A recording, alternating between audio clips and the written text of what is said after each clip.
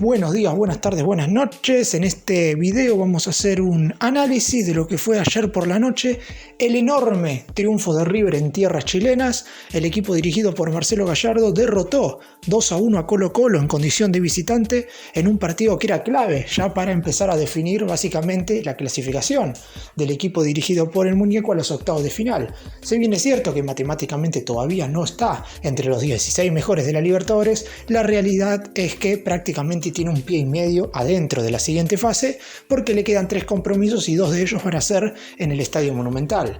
Pero volviendo al encuentro de ayer por la noche, fue muy pero muy parejo. Claramente se enfrentaron los dos mejores equipos de la zona, River por un lado, Colo-Colo por el otro, y en las pequeñas diferencias que hubo, sobre todo en el segundo tiempo, ahí es donde el conjunto visitante logró sacar la ventaja en primera oportunidad luego de una gran jugada colectiva que terminó con un gol de Matías Suárez y en segunda instancia por un verdadero golazo de Ezequiel Barco. Y sobre el final del descuento, Juan Martín Lucero terminaría marcando el descuento. A pesar de eso, River termina redondeando un buen compromiso teniendo en cuenta al rival, las circunstancias y también lo que implica jugar un partido por Libertadores fuera del país, por lo que el conjunto del Muñeco se vuelve a la Argentina con 3 unidades más que importantes. ¡Empecemos!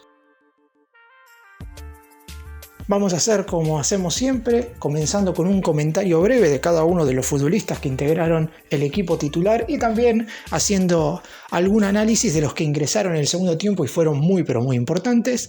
Franco Armani, buen partido del arquero de River después de haber tenido 3 compromisos por la Copa Liga Profesional un tanto dudosos. Ayer la realidad es que mostró seguridad en todo momento y hasta en el primer tiempo, que fue cuando peor la pasó, el equipo del Muñeco sacó 2 remates abajo bastante importantes y terminó redondeando un buen partido. Marcelo Andrés Herrera no tuvo quizás demasiados problemas a la hora de la marca, pero en el momento de atacar sigue sin ser ese futbolista totalmente determinante. Es verdad, lanza el centro en el primer gol, pero aún así tuvo muchísimas más oportunidades para mostrarse ofensivamente y no lo hizo de la mejor manera. Lo que también hay que tener en cuenta es que todavía no llega a 10 partidos con la camiseta de River y seguramente siga mejorando con el tiempo. Paulo Díaz, más allá de un par de salidas en falso, la realidad es que es el mejor defensor del equipo y por mucho, saca absolutamente todo cuando la pelota entra al área. No logró marcar bien a Lucero en el tanto del descuento de Colo-Colo, pero aún así terminó teniendo un muy buen partido, sobre todo por todo lo que salvó en el transcurso de los 90 minutos. Héctor David Martínez jugó un pasito abajo de Paulo Díaz en cuanto a la defensa, pero no cometió errores en la salida, por lo que también terminó redondeando un buen encuentro. Milton Casco, sin llegar a destacarse como en los partidos últimos de River, donde siempre he dicho que ha sido de lo mejor del equipo, también terminó teniendo un rendimiento verdaderamente bueno, sufriendo bastante menos en la defensa de lo que uno se esperaba y en ataque participando lo justo y necesario. En la mitad de la cancha, cuando Enzo Pérez juega bien, River juega bien. En el primer tiempo le costó en algunos momentos asentarse en el partido, pero en el complemento, a mi entender, fue el mejor jugador del equipo, cortando siempre en el momento que tenía que cortar y dando los pases en el momento en el cual tenía que darle la pelota a sus compañeros. Enzo Fernández quizás no tuvo el partido más destacado de todos, pero sobre el final se hizo también cargo en algunas situaciones, sobre todo cuando el tiempo tenía que pasar y River ya estaba ganando el partido. Nicolás de la Cruz, más allá de ser intermitente, las pocas veces que aparece en el partido siempre es para destacar, porque le hacen muchísimas faltas, es el futbolista sin lugar a dudas al que más infracciones le hicieron durante todo el encuentro y en los momentos en los cuales participa en las acciones ofensivas lo hace correctamente. A mi entender, lo que le faltó en este compromiso es patear más de media distancia. Santiago Simón es el jugador que más partidos consecutivos viene jugando como titular y se le nota el cansancio. En el primer tiempo pudo aparecer un par de veces por el costado derecho, siempre jugando para adelante, algo que se le destaca, pero en la segunda mitad se quedó hasta que fue reemplazado por Matías Suárez.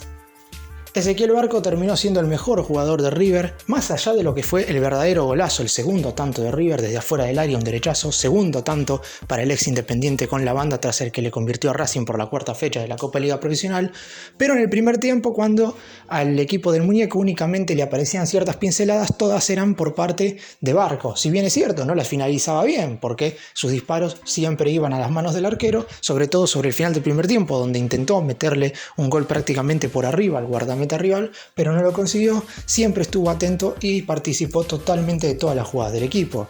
Julián Álvarez, muy participativo, es un jugador que claramente se le nota un poco fastidioso la falta de gol, pero tampoco es que está teniendo muchas situaciones. En el primer tiempo un remate que terminó conteniendo bien el arquero y no mucho más. Cuando entró Matías Suárez, que es el otro jugador al que voy a destacar porque terminó siendo decisivo en el partido, marcó el primer tanto aprovechando su nueva posición, podría decirse de alguna manera, porque normalmente antes jugaba por afuera y ahora con Álvarez y Barco en la delantera junto con él prácticamente es la referencia de área, marcó el primer tanto del triunfo y tuvo un muy buen ingreso en los pocos minutos que estuvo dentro del campo de juego.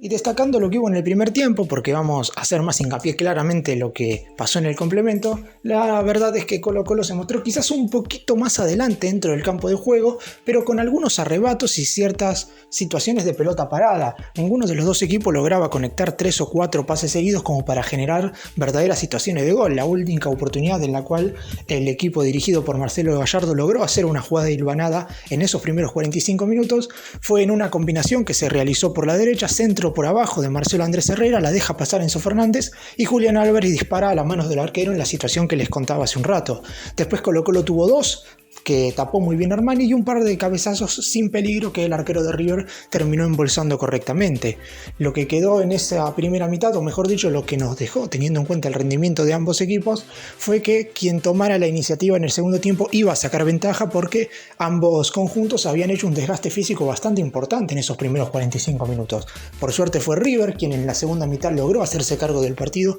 y manejar mejor el balón con una clara subida de nivel por parte de Enzo Pérez y con un Enzo Fernández que se mostró muchísimo más incisivo y participativo a la hora de conectarse con el resto de sus compañeros. De la Cruz fue más o menos el más regular en lo que fue en los 90 minutos, como dije cuando hice el análisis individual, sin destacarse demasiado, pero siempre participativo en las jugadas ofensivas. Lo que se notaba que le faltaba a River quizás era un hombre más dentro del área, más allá de que esto no significa que favorece o no a Julián Álvarez, pero por ejemplo Ezequiel Barco necesitaba un futbolista más con quien descargar porque se notaba que en algunas oportunidades quedaba un poco solo.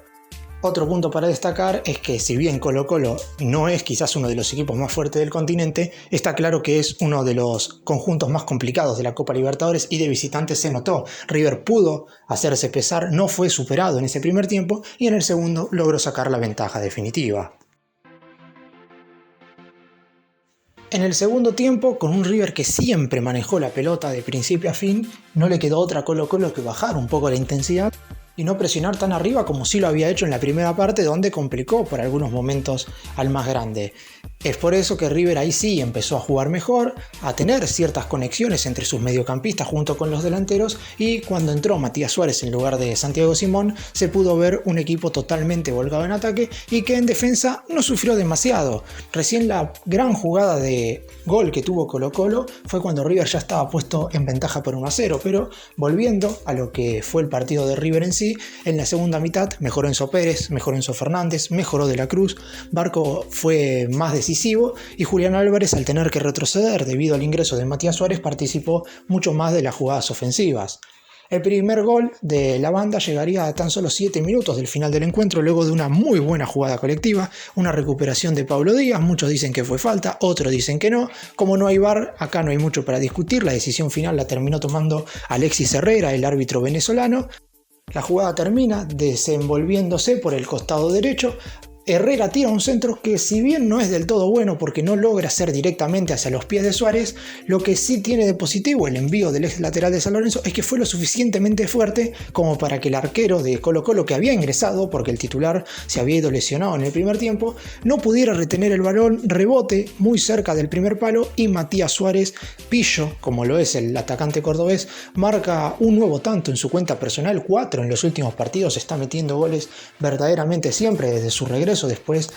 de la lesión que lo mantuvo por mucho tiempo afuera de las canchas, y es por eso que River lo disfruta. El segundo tanto, 5 minutos más tarde, otra buena jugada individual, pero que no tenía suficientes intérpretes dentro del área, por lo que había que finalizarla con un remate de media distancia. Julián Álvarez se la deja servida a Barco y el mediocampista ofensivo de derecha casi que la clava en un ángulo, terminó siendo un disparo bien pegadito al palo izquierdo del guardameta chileno, 2-0 y el partido prácticamente estaba liquidado. Llegaría el descuento de Colo-Colo por parte del argentino Juan Martín Lucero, un centro que no llega a impedir Paulo Díaz, tampoco llega a cerrar Marcelo Andrés Herrera, ni siquiera a molestar al delantero. Cabezazo, nada que hacer para Armani en este gol, un frentazo bastante fuerte y descuento en definitiva que terminaría poniendo el resultado final. River terminaría ganando un partido importantísimo en Chile, 2-1 sobre Colo-Colo, y es el líder absoluto del grupo.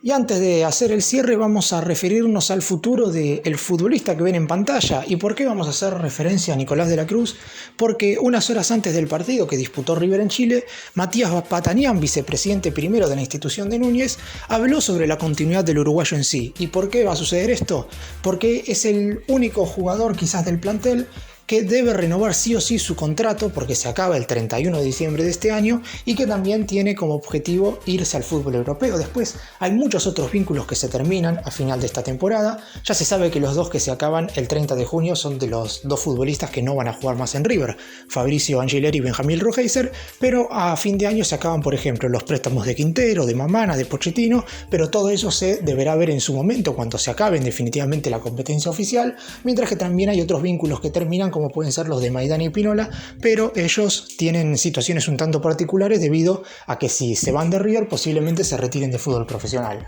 Sin embargo, la situación de la Cruz es totalmente distinta. El futbolista tiene la intención de irse a jugar a Europa, pero si no aparece un ofrecimiento deberá renovar su contrato porque si no, claramente entraría en una situación muy parecida a la que hoy por hoy están viviendo Angileri y Roheiser. Porque la realidad es que se vienen las conversaciones, Patanián confirmó que las negociaciones están avanzadas, pero que todavía no hay un acuerdo con su agente deportivo. Esto quiere decir que deberán ponerse sí o sí de acuerdo, deberán claramente hacer que los números concuerden de cierta manera, porque de esta forma, si no, De la Cruz podría no arrancar la segunda mitad del 2022 con la camiseta de River, obviamente si no es vendido, porque si De la Cruz es transferido, claramente se va a ir a jugar a un equipo del fútbol europeo y está claro que se va a ir de River dejándole una importante suma de dinero. Todo esto de lo cual se refirió Patanián tiene que ver con una posible no renovación del uruguayo. En ese caso, tendrán que ver los pasos a seguir y en definitiva tomar una decisión final, ¿sí? Hacer lo mismo que sucedió con Angileri o con Roheiser o definitivamente poner el caso de De la Cruz aparte y dejarlo jugar hasta octubre, que es cuando termina definitivamente la competencia por el Mundial. También hay que tener en cuenta que a De la Cruz no le convendría, más allá de lo que puede ser no estar de acuerdo con los números que le ofrece River, no jugar hasta ese momento porque justamente está peleando por un lugar para ir con Uruguay a la Copa del Mundo. Es por eso que en los próximos meses seguramente se deberá tomar una decisión, ojalá que se pueda llegar a un acuerdo porque River necesita De la Cruz, es un futbolista muy pero muy importante y De la Cruz, a menos que sea transferido, va a necesitar de River. Bueno, para cerrar y contar un poco lo que se viene para los dirigidos por Gallardo, porque es muy pero muy importante, ayer por la noche se dio otro resultado muy pero muy positivo para River y fue que Newell's cayó frente a San Lorenzo en la fecha adelantada que tuvo que disputar el equipo rosarino porque no podía jugar como local el próximo fin de semana. ¿Qué significa esto? Que con esta derrota de Newell's, River no va a salir de los puestos de clasificación el próximo fin de semana, más allá de que el sábado por la noche pierda con Sarmiento en Junín. Está claro que lo más seguro es que el muñeco intente poner lo mejor que va a tener a disposición, ya también teniendo en cuenta que en la Copa Libertadores todo parece estar clasificado, pero aún así ayer River tuvo dos victorias, la propia frente a Colo-Colo en Chile y también la derrota de Newell's. Y por otro lado, en cuanto a la competencia internacional, el Millonario volverá a jugar el próximo jueves